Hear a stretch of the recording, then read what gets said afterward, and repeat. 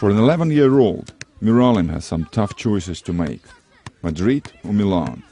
Or how about Manchester United? Some of Europe's biggest teams have already got their eyes on this young talent from the Bosnian town of Kalesia.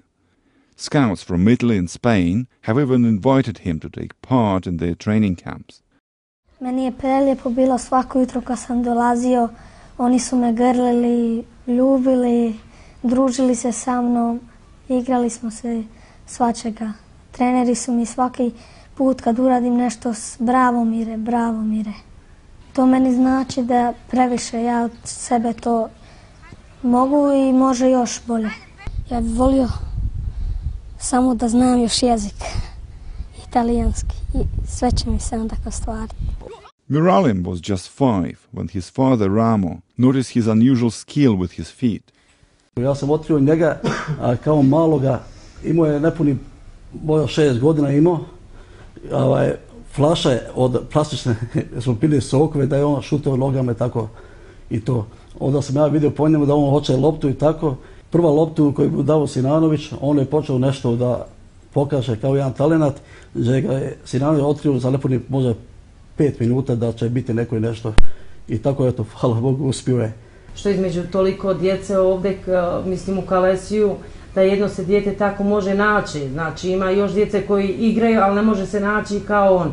Ja sam veoma ponosna na svojeg sina koji već putuje po Evropi od 11 godina, koji ga Sinanović podržaje u tome, i mi roditelji i familija, znači kompletna familija, da svi ga podržajemo. I ja se samo mogu diviti svom sinu. Miralem's coach says the boy's ability stands out, even in the eyes of professionals. Ostaju ti treneri bez daha kad vide Miralema kako se on ponaša u igri, kako igra.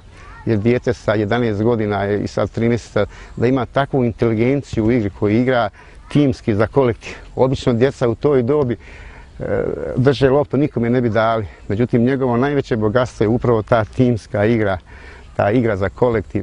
Miralem's parents realize that nurturing his talent might mean sacrificing some parts of their normal family life.